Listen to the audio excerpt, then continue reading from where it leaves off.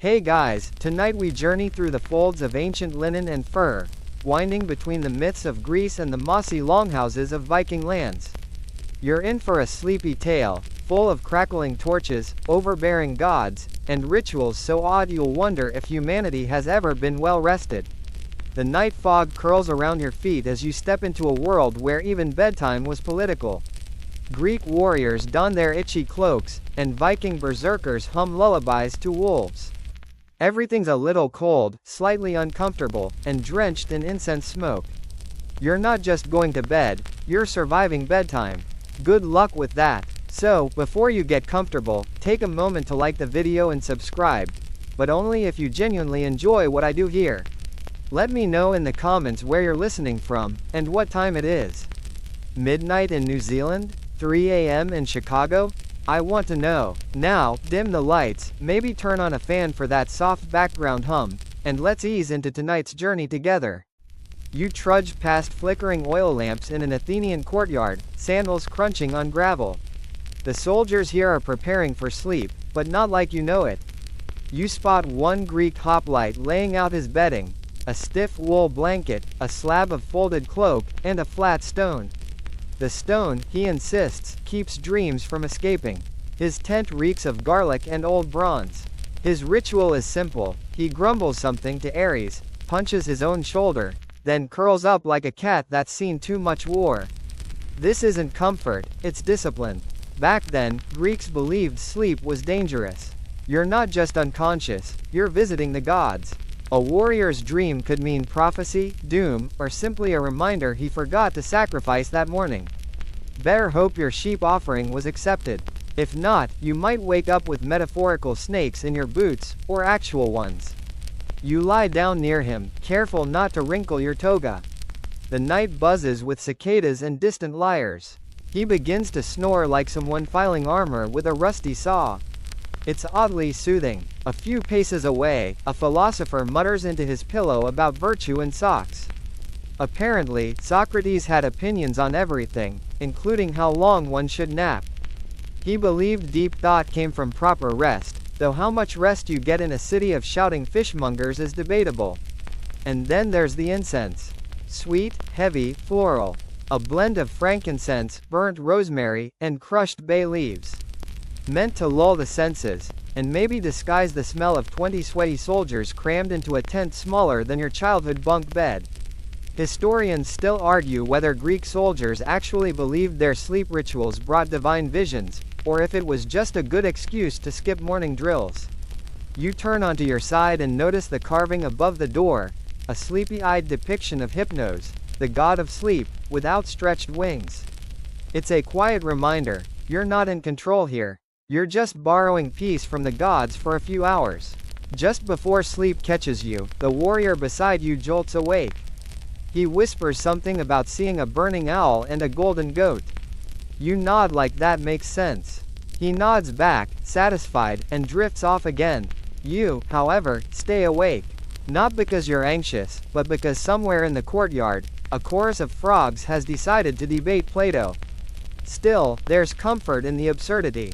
Ancient Greece, for all its wisdom and drama, had one great unifier: no one really understood sleep. Not the philosophers, not the warriors, not even the gods. Especially not the gods. But we'll get to that. The ground beneath your feet warms slightly as you wander from the soldiers' camp toward a cliffside temple draped in morning mist. You're headed to Delphi, where sleep isn't a rite, it's a ritual. And tonight, the oracle isn't sleeping much. The path winds upward like a serpent, lined with statues of forgotten heroes staring sternly into the void. Somewhere between the laurel trees and a goat nibbling at your sandal strap, you hear murmurs. Sacred ones. Breathless ones. People whisper their hopes to the air, as if the wind itself carries prayers. And at the heart of it all? The Pythia. She doesn't look like much, a woman draped in white, seated on a tripod over a steaming fissure in the earth. Her hair is wild, her eyes glassy. You expect her to yawn, but no. She's wide awake. Why? Because the oracle doesn't sleep like mortals do. She enters a dream state while conscious, hovering somewhere between visions and insomnia. You watch her nibble on a bay leaf, fingers trembling. That's part of the process: fasting, inhaling volcanic vapors, and chewing sacred herbs. Honestly, it's a miracle she's upright. A lesser mortal, Red, you, would have passed out 6 whiffs ago.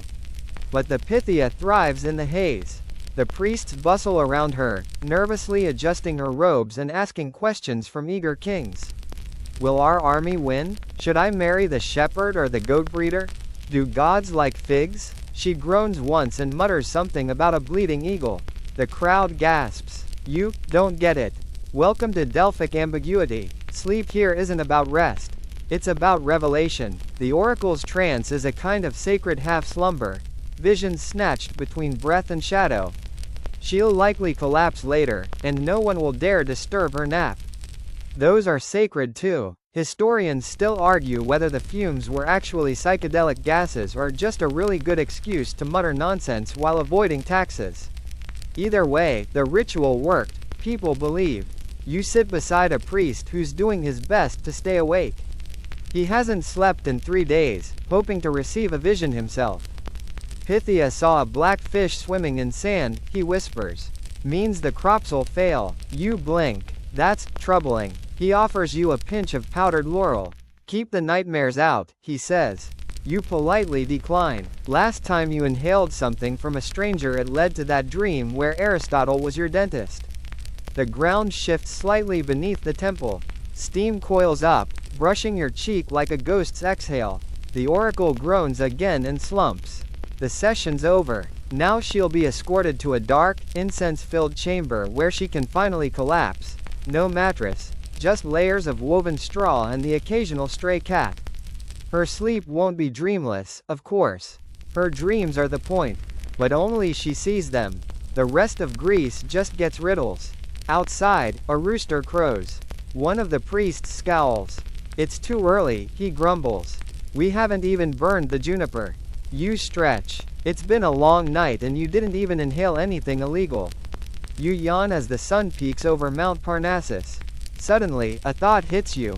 What if you had to answer people's life questions based on whatever you dreamt last night? Oh, yes, O king, I dreamed of flying teeth and spaghetti monsters. Your city will be rich in goats. The pressure must have been enormous. Sleep, in this temple, is surveillance. You're being watched, by gods, by priests, by the entire town of Delphi. One bad dream and someone might abandon a war. One restless night and a king could name his daughter, Ostrich.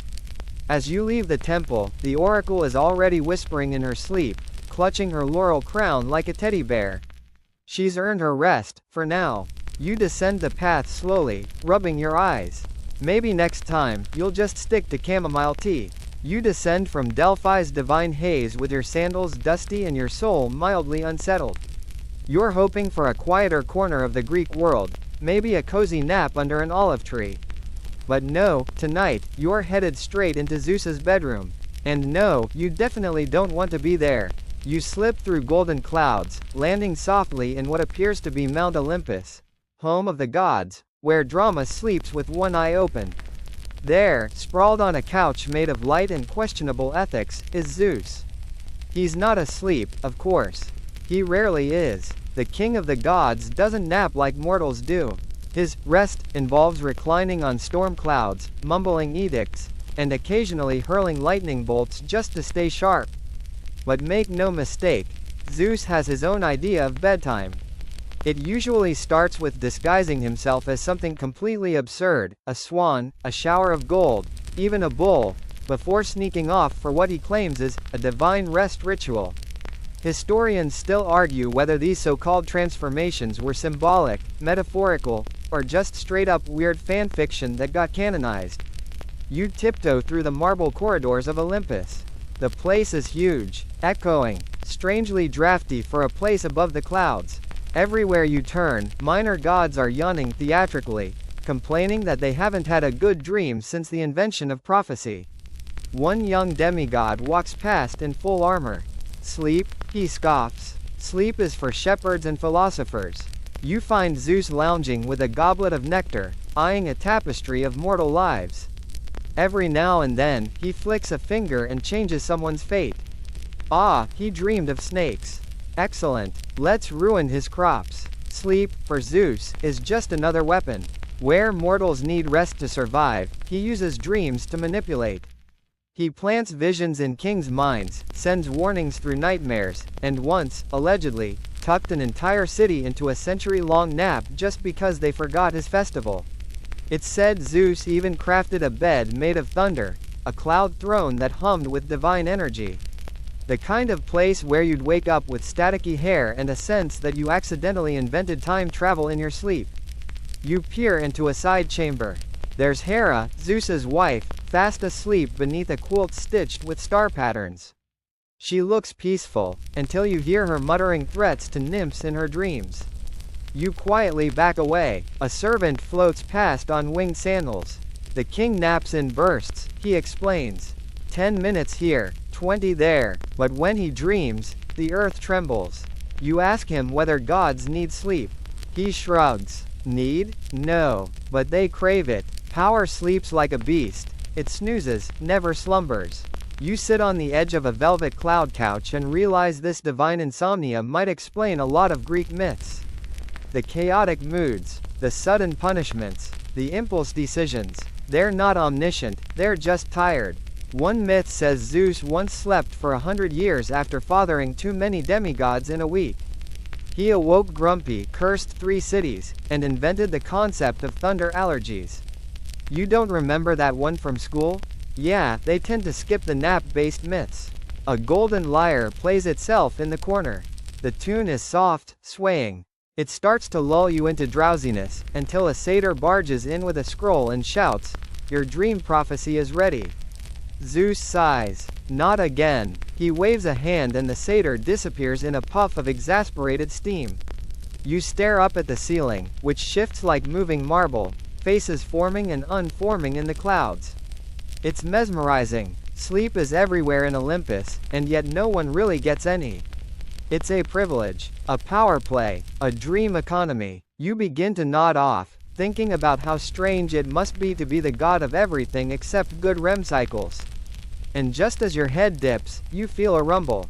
Zeus is snoring, the kind of snore that shakes mountains and probably causes earthquakes in Crete. He's finally asleep. You crawl out of the room before he wakes and dreams you into a fern. You escape Zeus's thunderbed with your eyebrows still slightly crackly, hoping to find a quieter place, somewhere less prone to cosmic tantrums and dream-induced curses. But instead, your path dips downward, until you're standing at the edge of a river that hums like a lullaby wrapped in danger. Welcome to the Lethe, one of the 5 rivers of the underworld. Lethe isn't famous for its picturesque views.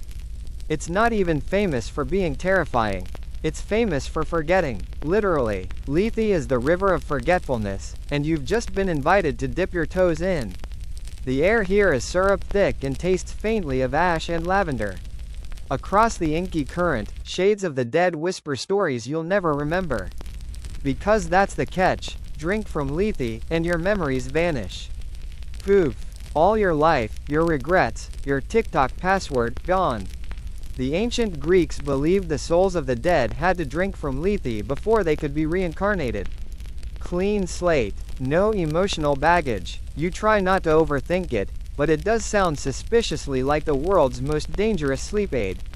You crouch beside the water, watching the ripples flow unnaturally slow. A woman in a black robe offers you a ladle. For dreamless sleep, she murmurs.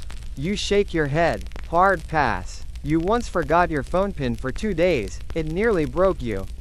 Nearby, Hypnos himself, the god of sleep, lies stretched across a smooth obsidian slab, his fingers trailing in the current. He looks so peaceful it hurts. His twin brother Thanatos, god of death, lingers nearby, twiddling his bony thumbs. Historians still argue whether Hypnos and Thanatos shared responsibilities or simply worked side by side like grim spa attendants. Some say the line between sleep and death was always blurry. Some say the Lethe made sure of that. You lie down beside the riverbank, suddenly very aware of your breathing.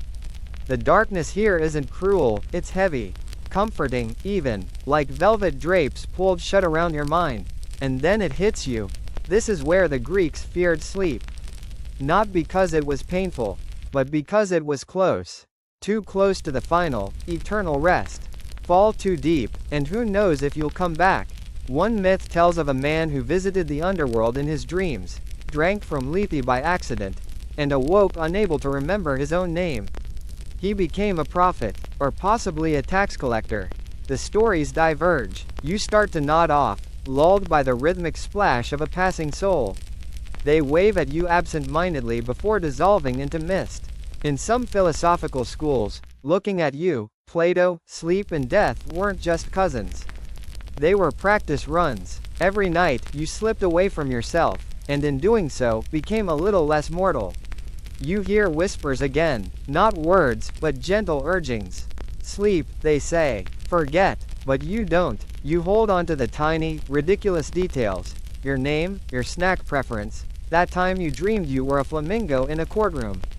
You anchor yourself. Because once you drift into Lethe's current, it's easy to let go. Too easy. You sit up sharply, heart thudding. The river watches you, calm and patient. You were nearly gone. As you stumble away, you glance back at Hypnos. He winks at you, or maybe that was just a twitch. Either way, he's not worried. He knows you'll be back someday.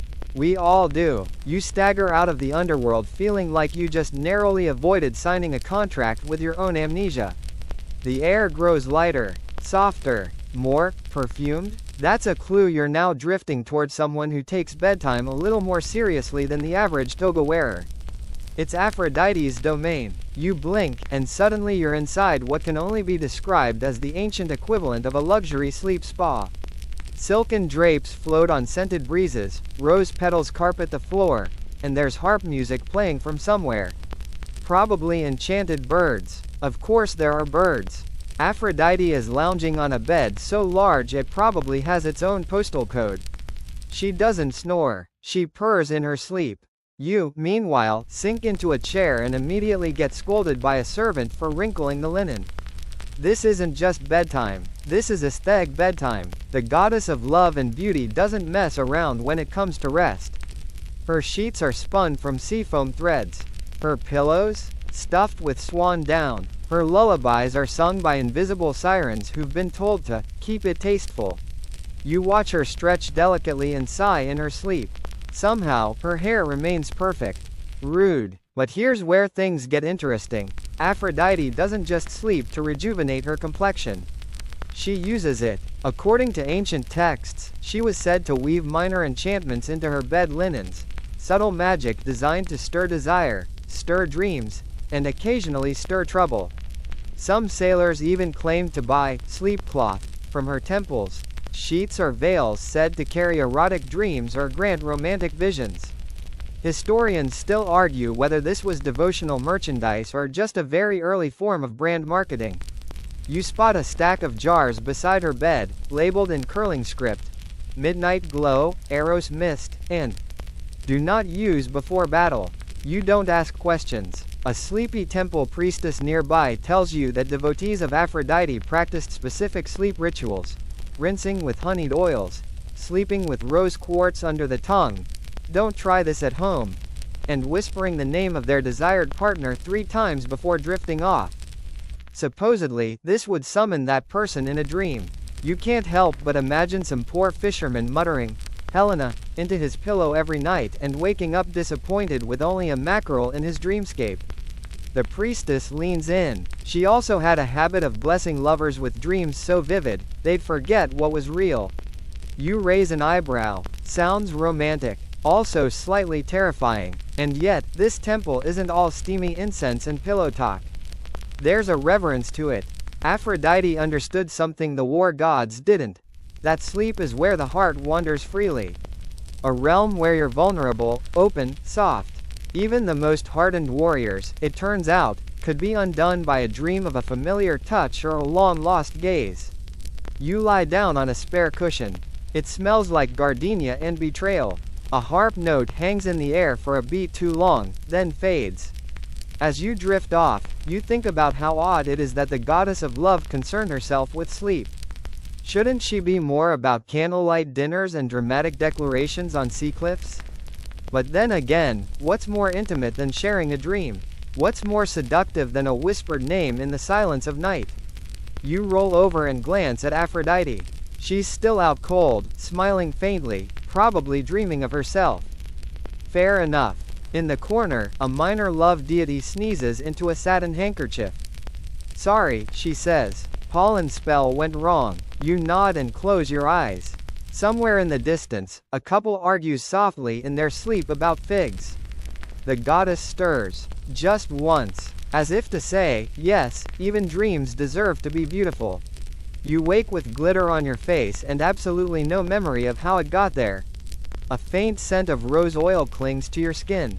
Somewhere, a harp string twangs in mild disapproval. You roll off Aphrodite's cushion and wander through a hallway lined with seashell mosaics, heading into deeper quiet. The glamour fades. The walls become cool stone, the air still. You're now entering the shadowed grotto of the one god in Greece who really gets it. Hypnos, god of sleep, brother of death, keeper of dreams and defender of the nap. No fanfare, no thunder, just a soft silence that folds over you like a blanket still warm from the dryer.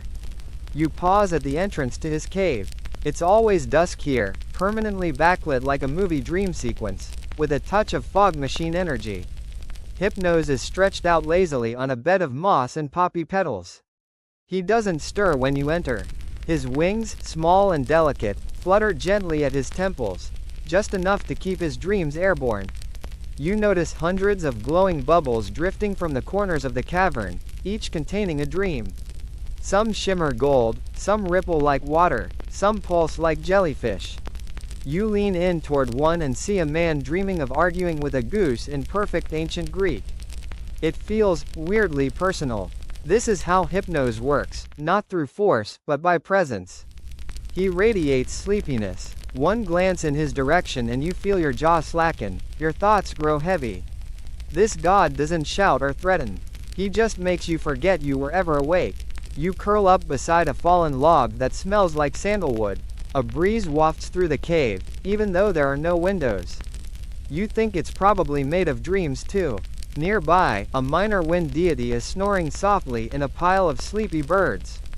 Someone's dream of a cozy bakery drifts past. You smell cinnamon and feel your stomach grumble in real time. There's no temple here, no rules, no dogma. Hypnos is one of the few gods who doesn't demand worship, he visits. He shows up when you need him most, mid-argument, in the rain, after a heartbreak, on the floor at 2 p.m. with your socks still on. Sleep finds you. Hypnos just opens the door. Historians still argue whether Hypnos was ever taken seriously in the official pantheon. He shows up in Homer's epics, sure, but he's always sneaking around, lulling people into sleep at key moments. Basically the ancient version of hitting the pause button. One tale tells how Hera bribed Hypnos to put Zeus to sleep so she could meddle in the Trojan War. Hypnos agreed, but only after Hera promised him a golden throne and the hand of Pasithea, the goddess of hallucinations. Sleep, apparently, negotiates hard. You stretch and glance at a stone tablet etched with what looks like a bedtime checklist. Whisper to the poppies. Don't touch the dream bubbles. If Thanatos shows up, offer tea, not questions. Another fringe theory says Hypnos' cave shifts locations, appearing wherever someone really needs to rest. Like a pop-up sleep sanctuary with moss walls and zero judgment. As you lie there, the bubbles float closer. One bursts near your head and suddenly, you're dreaming that you're being gently chased by a polite jellyfish named Demetrios who just wants to help you find your keys. You wake up laughing softly. Even your dreams are weird now. A sleepy nymph nearby croaks, that's normal. The cave gets inside you. You nod solemnly, then realize you've been hugging a pile of moss shaped suspiciously like a sheep. Before you leave, Hypnos opens one eye and smiles faintly. His voice is like wind through curtains. Go gently. You thank him, your voice barely a whisper. Because here's the thing about Hypnos. He doesn't just help you fall asleep. He reminds you that rest is sacred. Not weakness, not delay, but a return to yourself, your peace, your weird goose dreams. And maybe, just maybe, he reminds even the gods of that. You step out of Hypnos' cave feeling like you've just floated through a cloud made of chamomile and moss. The air outside seems louder now. Crisper. There's a faint thrum in the distance. Is that drumming? You follow the rhythm. It's uneven, primal, and growing stronger with every step. The path turns sticky with spilled wine. Reeds crunch underfoot. You push through a curtain of ivy, and there he is. Dionysus, god of wine, theater, and wildly questionable sleep hygiene. He's lounging beneath a cypress tree, eyes half closed, swirling a goblet filled with something that's either grape juice or liquid madness. Probably both. Around him, a chaotic swirl of mortals and satyrs dance in circles, their bodies slack with exhaustion but driven by ritual. It's less of a party and more of a collective sleepwalk, one bad flute solo away from collapsing into a heap. Here, sleep isn't peaceful, it's ecstatic. You take a seat near the edge of the circle. The grass is soft. The vibe is confusing. Dionysian sleep is about losing control. You don't ease into it. You fall. His followers, the Maenads and Bacchantes, go through wild rituals. Rhythmic stomping, chanting, breathwork that borders on hyperventilation, and of course, lots and lots of fermented beverages. But then something strange happens. They collapse. In sync. One by one. A ritual slumber overtakes them like a crashing wave. Limbs tangled, faces blissful, sometimes twitching as if they're still dancing in dreams. Historians still argue whether these midnight rituals were meant to invoke divine visions or simply the inevitable crash after excessive partying. Some even believe Dionysus invented the concept of the group nap, though that may just be modern yoga studios trying to rebrand. You lie back on a bed of crushed grapeskins and feel the pulse of the earth through your spine. This is a different kind of sleep. It's messy, accidental, spiritual. You don't plan it. It just swallows you. One satyr nearby is mumbling in his sleep about arguing with vines. Another Maenad giggles mid-snore. Someone's snuggling a goat. It's fine. No one's judging. A priestess with smudged eyeliner leans over and whispers. Dionysus teaches that dreams are theater. Every night, you're on stage. You try to respond, but her head drops and she's instantly asleep. Curtain down. You look at Dionysus. He's still half smiling. He opens one eye and raises an eyebrow, as if to say, "You too, mortal? You ready to let go?" And you are. You close your eyes and drift sideways into a dream where you're wearing a toga made of fog and trying to direct a play starring vegetables. Every scene ends in applause. When you wake, it's quiet. The dancers are gone. The satyrs, vanished. Even Dionysus has slipped into sleep, head resting on a bundle of ivy. His dreams, no doubt, are full of wine fountains and audience standing ovations. You brush grape seeds from your hair and stand. This wasn't relaxation. This was surrender. The kind of sleep that comes not from rest, but from running full speed into the arms of fatigue and yelling, "Catch me." As you walk away, you hum a melody you don't remember learning. Your steps fall into rhythm. Your eyelids feel heavy again. Dionysus didn't just give humans wine. He gave them permission to lose their minds, and sleep it off. You wake up with your face planted in dewy grass and the faint memory of a dream where a turnip won Best Actor. That tracks. But no more dreamy wine rituals or silk-swathed naps. Now you're trudging across rocky terrain under a pale sun, heading somewhere severe. Practical. Unforgiving. Welcome to Sparta, where bedtime is just another battlefield. You arrive at a Spartan training camp at twilight. The place smells like sweat, determination, and absolutely no rose petals. A row of young men, barefoot, shirtless, and clearly over it, stand in formation. You don't see a single cushion, blanket, or pillow. Just thin mats on hard-packed earth. Cozy. A grizzled trainer with a beard sharp enough to cut stone shouts a bedtime order, "Rest. And don't dream like weaklings." The boys grunt in response and lie down instantly. Like robots. Or overworked baristas. You lie beside one, expecting some small talk. Nope. He's already snoring like a tree collapsing in slow motion. Spartan sleep wasn't about restoration, it was about control. Their entire culture was built on the belief that comfort bred weakness. So they stripped bedtime to the bones. Thin mats, scratchy cloaks, no fires in winter, and zero lullabies. Even infants, according to some accounts, were left to sleep outside to toughen them up. Historians still argue whether this was national policy or just the world's worst parenting trend. You turn over and realize there's a rock poking into your ribs. You name it, Painy McGee. It's not going anywhere. Around you, the air is filled with restrained coughing, slow breathing, and the occasional muttered threat to tomorrow's training dummy. No one here tosses or turns. Spartans sleep like statues that might punch you if you blink too loudly. At dawn, they'll rise with military precision, sharpen their spears, and probably fight a tree for practice. But for now, they lie still. Not because they're resting, but because sleep, too, must be conquered. You try to get comfortable. It's impossible. A fellow trainee rolls over and says, "If your back doesn't hurt, you're doing it wrong." You nod politely and whisper, "I miss hypnos." And then, something surprising. A trainer walks by and gently, almost imperceptibly, drapes a woolen blanket over a younger boy. No one speaks of it. No one looks. But there it is, a quiet act of care in a culture that pretends not to feel anything softer than bronze. That's the thing about Spartan sleep, it wasn't emotionless. It was masked, guarded. Even warriors need warmth. They just don't write sonnets about it. In the corner of the camp, an elder murmurs a story to a few drowsy boys. It's about Leonidas and how, on the eve of battle, he snored so loud it scared away wolves. The boys chuckle, then sleep with tiny smiles. There's still humanity under all the armor. You lie back on your own miserable excuse for a pillow and wonder how many Spartans secretly longed for a dream. Just one, a flicker of softness in a life ruled by iron discipline.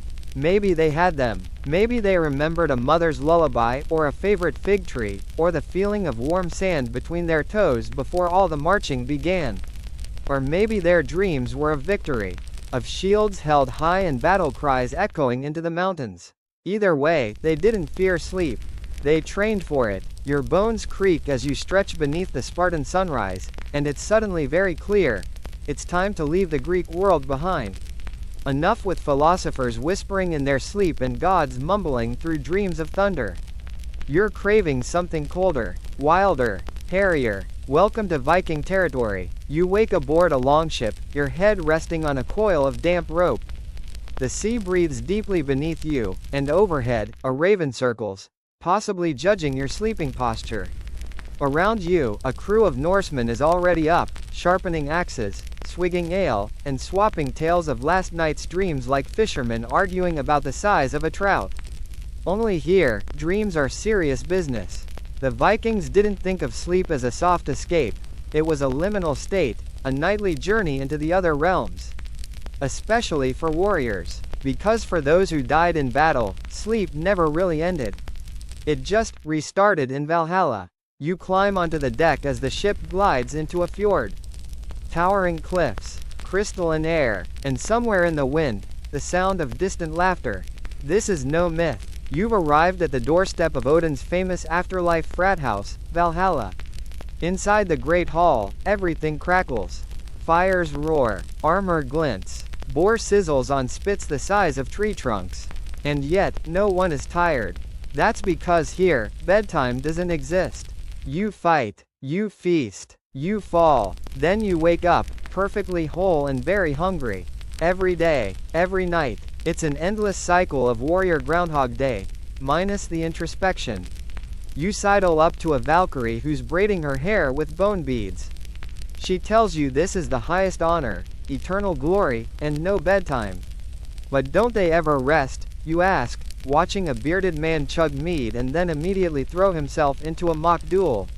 She smirks. What for? You find a corner behind a carved pillar and sit. Technically, no one here has to sleep. Death has already happened. This is bonus time, bonus dreams, bonus axes. But some do sneak off. You catch one warrior, massive, scarred, and inexplicably cuddling a tiny wooden carving of a goat, snoozing by the hearth. A soft snore escapes his lips. So maybe even in Valhalla, the body remembers sleep. Not as a necessity, but as a comfort. A relic of being mortal. Historians still argue whether Norse mythology imagined Valhalla literally or symbolically. whether it was an actual post-battle buffet or just poetic shorthand for, die bravely and don't be boring. But the part they all agree on? Sleep in Viking cosmology was powerful, prophetic, and rarely peaceful. Back in the world of the living, Viking warriors reported dreams that predicted battles, storms, even betrayals. They believed spirits could whisper truth into your mind while you snored next to your sheepskin cloak. One saga tells of a Viking who dreamed of a raven dropping a silver ring into his stew. The next day, he found treasure buried under his cookpot. Coincidence? Maybe. Very lucky lunch? Definitely. You wander outside and find Odin perched atop a hill, hood drawn, one eye gleaming. He doesn't sleep, by the way. Not often. He traded one of his eyes for wisdom. What's a nap compared to that? You sit beside him. He doesn't speak, just stares into the mist. Eventually, he says, they rest when they must. But most keep going. It's the dream that continues. You shiver, not from cold, but from the weight of that idea. Valhalla isn't about sleeping through something. It's about never needing to. And maybe, just maybe, that's its own kind of nightmare. You quietly lie down beside the fire, tug your fur cloak over your shoulders, and wonder if anyone here has ever just slept in. You awaken with the scent of smoked meat in your nostrils and the faint sensation that someone, somewhere, just challenged a tree to a wrestling match. That tracks, it's Valhalla. Again, but today, you're following a different thread, into the strange and oddly tender sleep rituals of the most feared warriors in Norse legend, the Berserkers. You shuffle past the feasting hall and into the frosted woods beyond. No fanfare, no song, just the crunch of snow underfoot and the occasional echo of a wolf who sounds like it has opinions. Through the trees, you spot them, half naked, draped in furs, eyes distant. These are the ones who fight with frenzy, who snarl mid-battle, who, somehow, are known for cuddling before bed. Yes, you heard that right. You inch closer to a clearing where three berserkers are preparing to rest. One's pacing, one's humming, one's rubbing ash into his beard like it's lavender oil. They're calming themselves down after a day of yelling at swords. See, the berserkers didn't just explode into battle without prep. They had rituals, and those rituals often involved fasting, deep breathing, repetitive movements, and, surprise, shared body heat. Because rage is exhausting, and when your nerves are frayed from all the howling, sometimes what you really need is a fur cloak and a buddy to lean on. You lie on the edge of the circle, watching them settle down. There's no fire. That would dull the senses. Instead, they curl into each other like wolves, pulling pelts over their heads and mumbling ancient prayers, half lullaby, half psych-up speech. One whispers the names of animals. Another chants a dream of a bear. You resist the urge to join in. Historians still argue whether berserkers used herbal concoctions to fuel their trances, or whether their altered states came from pure ritual, adrenaline, and possibly long-term meat-only diets. But what's clear is that rest was just as sacred as rage. These men didn't sleep for comfort. They slept to reset, to empty themselves of mortal noise so the animal within could wake fresh. You inch closer. One of them grunts and tosses you a wolfskin. That's Viking for permission granted. You wrap it around your shoulders and feel the warmth of shared silence. There's no snoring, just breathing, deep, rhythmic, grounded. A fringe theory suggests some berserkers slept with carved totems of bears or wolves under their cloaks, tokens of their spirit animals. One even claimed to dream only in black and white after his initiation. Another swore he never dreamed again. As you settle in, your mind begins to wander. Not into dreams, but into instinct. A cold breeze drifts over your face. Somewhere in the distance, an owl hoots like it's trying out for opera. You find yourself strangely soothed. There's something about this raw, stripped-down ritual that makes all your weighted blankets feel unnecessary. It's just you, the earth, and the slow breath of strangers who trust you not to bite them mid-sleep. Which is oddly comforting. One of the berserkers mutters in his sleep. You catch the words. The fire is in my chest now. You nod, even though he can't see you. You get it. The fire in your chest hasn't gone out yet as you shuffle awake from the berserker's cuddle pile. Your back is sore, your toes are cold, and your wolfskin smells like someone fought a tree while wearing it. But you're alive, which, in Viking terms, is good enough. Today, you're not heading into the great halls or sacred groves. You're creeping into something smaller, stranger, much less dramatic. The Viking sleep hut. You follow a winding trail past stone circles and frozen turnip patches, until you come upon a cluster of low, turf-roof buildings, simple, squat, and almost completely buried in snow. These aren't temples or war rooms. They're where people actually slept. Or tried to. One door creaks open, and a woman with soot-streaked cheeks gestures you inside. You duck your head, and immediately smack it on a low beam. That's part of the charm. The hut is about the size of your childhood treehouse. 6 people sleep here, sometimes more. There's one bed platform, wooden, lumpy, and a few straw mats on the dirt floor. Everything smells like smoke, wet wool, and onions. It's intimate. You take a seat beside a sleepy elder gnawing on dried fish. She tells you this hut's been shared for 3 generations. Babies are born here, old warriors die here, and in between, everyone tries to nap while their cousin's foot is in their face. What's fascinating is how little we really know about Viking domestic sleep. Historians still argue whether these huts were purely for rest, or also used for plotting, storytelling, and possibly mild blackmail. Some say they were private. Others suggest it was, whoever gets here first gets the softest spot. There's a central hearth, and its glow casts long, flickering shadows on the wooden walls. Above it, herbs hang to dry, lavender, mugwort, maybe some sneaky stuff for dreaming. You recognize a few from your time with hypnos. Sleep crosses cultures. You curl up on a fur mat near the door. The floor is harder than you hoped. You shift. And again. Someone mutters, "Stop it," from the corner. No privacy. No silence. Just the constant shuffle of breath and bodies. But somehow, it works. You watch a mother rock her baby with one hand while adjusting a thatch patch with the other. Her lullaby is half hummed, half growled, and entirely mesmerizing. A teen beside you is writing something into the dirt with a stick. "Dream log," he whispers. "Had one about a fish riding a horse." You nod solemnly. "Those are the most prophetic kind." He nods back, very serious. What makes these huts remarkable isn't just the closeness, it's the consistency. Vikings lived by the rhythm of seasons, of cycles. Sleep came when it could. In short bursts during summer raids, longer stretches in winter darkness. No clocks. Just the fire and the cold.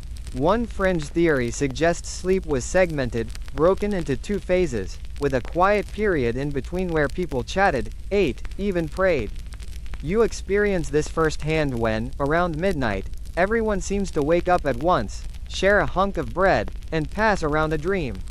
The elder snorts. "Dreamt a goat told me not to trust Bjorn." A collective gasp. Someone scribbles that down. Dreams here aren't decoration. They're advice. Directions. Warnings. Gossip from the gods. And even though you're shivering a little and someone's knee is now digging into your ribs, you feel something new, belonging. There's no pressure to perform rest. No candles. No counting sheep. Just survival, warmth, and maybe, if you're lucky, a dream about fish horses. You drift off with your cheek pressed to a woven mat, heartbeat syncing with the hearth crackle. Outside, snow piles gently against the door. Inside, 6 souls sleep as one. The Viking sleep hut isn't beautiful. It isn't luxurious. But it is real, and that might be enough. You wake to the sound of a goat screaming. Or maybe yawning. Hard to tell with goats. The sleep hut is quiet now, its residents stirring slowly in the dawn light that peeks through the smoke hole. You crawl over limbs and fur cloaks, step outside, and breathe in the frozen air. Something feels off. A chill deeper than winter. A stillness not just of the body, but of the world. You're not in a village anymore. You're somewhere older, colder, cosmic. Welcome to the slow countdown to Ragnarok. You're standing on the edge of mythic apocalypse, where time stutters, the gods fidget, and even the bravest warriors take longer naps. Why? Because, according to Norse myth, the end of the world is inevitable. But not fast. Oh no, it creeps in like drowsiness on a foggy afternoon. You wander toward an ancient longhouse deep in the woods. Its roof sags like it's tired of existing. The door creaks open with a sigh, and inside, silence. Dozens of figures lie still, side by side. Some snore, some murmur, all waiting, not for breakfast, for destiny. This is where you learn the Vikings believed that before Ragnarok, the great battle that would end everything, there would be a period of deep sleep. Some myths describe gods and giants falling into a slumber from which only fate can wake them. As if the world itself knows it needs one last nap before the fire and frost. Historians still argue whether this pre-apocalyptic drowsiness was meant literally, or if it symbolized society falling into moral decay and laziness before its own collapse. Either way, you're currently tiptoeing through what feels like the world's weirdest sleepover. You crouch beside a slumbering man with runes carved into his arms. His breath comes slow, but steady.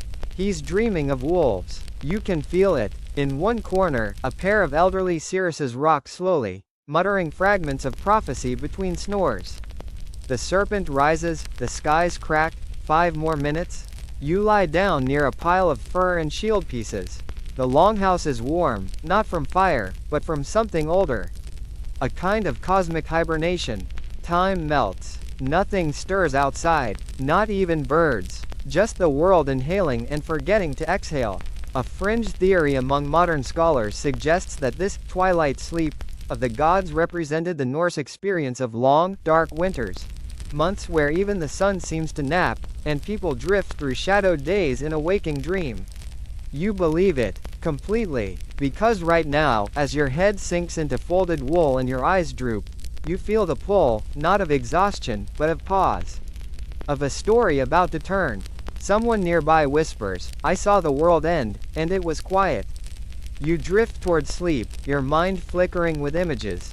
Yggdrasil trembling, Fenrir yawning wide enough to swallow the moon, and somewhere, Odin blinking slowly like he just hit the snooze button on fate. Even in the apocalypse, there's time for one last nap. And isn't that kind of beautiful? You close your eyes and let the hush take you. Not as surrender, not as escape, but as preparation, because when the world wakes again, everything changes. You awaken with a faint start, not from noise, but from a feeling. Like someone just tugged on your dream sleeve. The longhouse around you still hums with gentle snores and prophetic murmurs, but outside, the sky has changed. It's glowing in gold and rose, which, in Norse myth, can only mean one thing. Freya's feather bed is near. You step beyond the wooden threshold, and the snow is gone. The cold, too. Instead, you're walking barefoot on moss as soft as a whisper, toward a clearing rimmed with birch trees. In the center, a circle of polished stones cradles a sleeping figure in robes of gold-threaded linen. That's her, Freya, goddess of love, war, fertility, and yes, dreams. She doesn't stir. Her face is peaceful, eyes fluttering gently beneath their lids. Her bed, if you can even call it that, is made of woven feathers from her falcon cloak. The very one she uses to fly between worlds. It rustles lightly, like it's dreaming too. Freya's relationship to sleep isn't flashy. No thunderbolts or mead chugging. It's intimate, enchanted. Sleep, in her lore, is a portal. A place where love and memory tangle. Where warriors she chose for Folkvåner, her own afterlife hall, dream beside her before crossing into eternity. You sit beside her bed and feel the pull. Not just to rest, but to remember. Because Freya isn't just a goddess of desire. She's a collector of stories, of dreams, of soul stirrings. And her sleep? It's full of travel. Some fringe accounts suggest Freya could walk through others' dreams. A kind of ancient lucid dream sorcery. Whispering messages. Planting feelings. Unraveling grief. She didn't just appear in sleep, she shaped it. A priestess in a moonstone circlet approaches. She teaches us, she says, that sleep is not retreat. It's movement without motion. You lie on a woven mat of soft grass and close your eyes. Immediately, you see visions, not your own, but shared. A child dreaming of their lost dog. A sailor floating in a wave of stars. A mother reliving a goodbye that never quite ended. Freya breathes deeply. You feel it echo inside your chest. Historians still argue whether Freya's link to dreams was formalized in Norse religion or pieced together later from folklore and poetic hints. But everyone agrees. Her presence lingers in places where hearts ache in silence, and the only way forward is inward. You hear birdsong, not from above, but within the dream. You're flying now, barely aware of your body, drifting over rivers, across fjords, down into glimmering vales. You're not escaping. You're gathering, feeling, listening. A woman in your dream, cloaked in blue feathers, hands you a single tear, frozen like glass. "This," she says, "is why we sleep." You awaken with it still in your palm. Until it melts. Freya shifts, just slightly. A smile brushes her lips. Her work, your dream, is done. You rise, lighter than before, and look back at her. She still sleeps, still dreaming of you, perhaps, as you carry that feeling forward. Because in Freya's world, sleep isn't a pause. It's pilgrimage. You leave Freya's forest lighter, but not quite grounded. There's still the gentle tug of wanderlust in your chest, like her dreams are steering you. And maybe they are, because you now find yourself swaying gently on creaking wood, surrounded by mist and salt. You're on a Viking longship, again. But this time, it's not storming, not raining. It's drifting. This is sleep at sea. The sky is washed in lavender. The sail above you flaps lazily in the breeze, painted with faded runes and stitched repairs. Around you, sailors doze with one hand on their axes, the other curled into the fur collars of their cloaks. It's not luxurious, but it's intimate, like everyone sharing the same slow dream, even as the waves rock you toward who knows where. You nestle into a bundle of ropes. A grizzled sailor nearby opens one eye and mutters, "We dream better when we float." Then he's out again. His beard rises and falls like a tide. Viking ships were not built for comfort. No cabins, no hammocks, just open decks, oars, cold wind, and occasionally flying fish. But despite that, the Norse made sleep ritual here. Sea sleep, salt sleep, the kind that stitches itself into your bones. Historians still argue whether crews slept in shifts, or all at once during calm waters. But many agree. Sailors developed a kind of micro-sleep rhythm, dozing between storms, during the quiet hours before landfall, or after draining cups of ale stronger than your average cleaning product. You feel it now, the pulse of the sea, matching your own breath. The groan of wood, the lullaby of distant gulls. It's hypnotic. One sailor snores. Another sings in his sleep, something about a silver fish and a girl with kelp for hair. You don't question it. What's fascinating is how dreams change at sea. The motion, the isolation, the stars overhead, it's a recipe for deep, surreal slumber. Sailors dreamed of monsters, of drowned gods, of endless storms that ended in gold. One saga even tells of a Viking who dreamed of steering his ship with the moon itself as his rudder. When he woke, he claimed it wasn't a dream, it was a memory from a future life.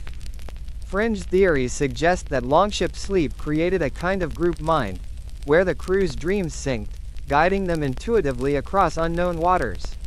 Sound wild? Maybe, but you've now heard 3 sailors mumble the same phrase in their sleep. The whale returns. You make a mental note to avoid looking overboard.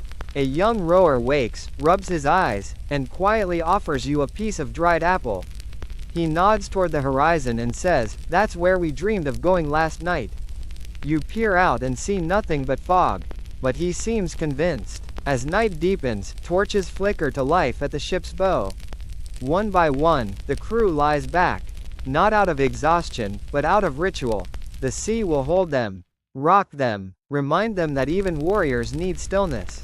Even adventurers need the safety of dreams. You lie back, arms folded over your chest, and let the ship become your cradle. And somewhere in your half-sleep, you hear it, a whale's cry. Low, far away. Maybe it's real, maybe it's memory, maybe it's just the sea dreaming through you. The waves hush. You wake, not to a sunrise, but to stillness. The longship no longer rocks. The sea lies flat like polished obsidian. Around you, the crew remains asleep, drifting in dreams stitched together by salt and story. It feels like you've come to the end of something. Not just a journey, a cycle. This is the final breath of the Norse-Greek dream world, the last lull before full wakefulness. You step off the ship and into a landscape that blends. Olive groves sway beside pine forests. Golden columns rise next to carved dragon heads. Aphrodite's breeze dances with Freya's fog. Somehow, it all fits. This is the intersection of two ancient sleep cultures. Not myth versus myth, but one long, looping slumber filled with rituals, beasts, gods, warriors, and enough bizarre dream logic to fill a dozen dusty scrolls. You walk through it slowly now. A Spartan boy sharpens his spear while mumbling a love poem in his sleep. A berserker hums a hymn he insists he heard from Hypnos himself. A Maenad wraps a laurel crown around a raven's neck. You think you hear the Pythia's voice drifting over a fjord, whispering something about figs and fate. The Greeks treated sleep like divine messaging. Watch the signs, they'd say. The Vikings? They wrestled dreams to the ground and demanded prophecy. Two cultures, miles apart, yet both saw sleep as more than rest. They saw it as revelation. Historians still argue which civilization approached sleep with more reverence. The Greeks, with their personified deities and dream temples? Or the Norse, with their bone-deep belief that dreams could steer fate as surely as an oar steers a ship? But maybe that's not the question. Maybe it's this. What did you carry out of those dreams? You pass Odin, who raises a horn in silent farewell. Dionysus waves lazily from a vine-covered chariot pulled by fish. One of Hypnos's dream bubbles bursts beside your ear and smells like cinnamon again. And then, beneath a weeping ash tree, you find a small bed. Just for you. No fur, no silk, no fire or flute, just moss, and breath, and quiet. You lie down. The tree sighs. This is the sleep after the story. The rest within the rest. You close your eyes. Wind down, 300 words. Let it all drift now. Let the echo of sword clangs fade. The whisper of oracles dissolve into mist. The wild drumbeats of Dionysus soften into memory. Breathe out slowly. You've journeyed through marble temples and snow-wrapped longhouses, sailed under stars and huddled beside hearths, spoken to gods who never slept, and warriors who only dreamed of war. All of it, fading gently now like ink in water. Let your breath come longer. Slower. There is no more prophecy to chase. No lullaby left to hum. The hearth is still glowing, and the dream bubbles have floated far beyond reach. You are safe here. Let your muscles go slack, like moss curling back into its stone. Let your thoughts unravel like tangled string, finding no urgency, no pattern, just the comfort of soft loops and loops, until they blur. The wind has stopped telling stories. Even the gods sleep, now. There is nothing left to explore, only this moment of stillness, of complete, quiet surrender. Your breath is the tide. Your pulse, the rhythm of a world that no longer needs you to stay awake. You are not in a hut, or a temple, or a ship. You are in the gentle fold between myth and morning. And here, finally, you may rest. Forever, or just for tonight. Sleep well.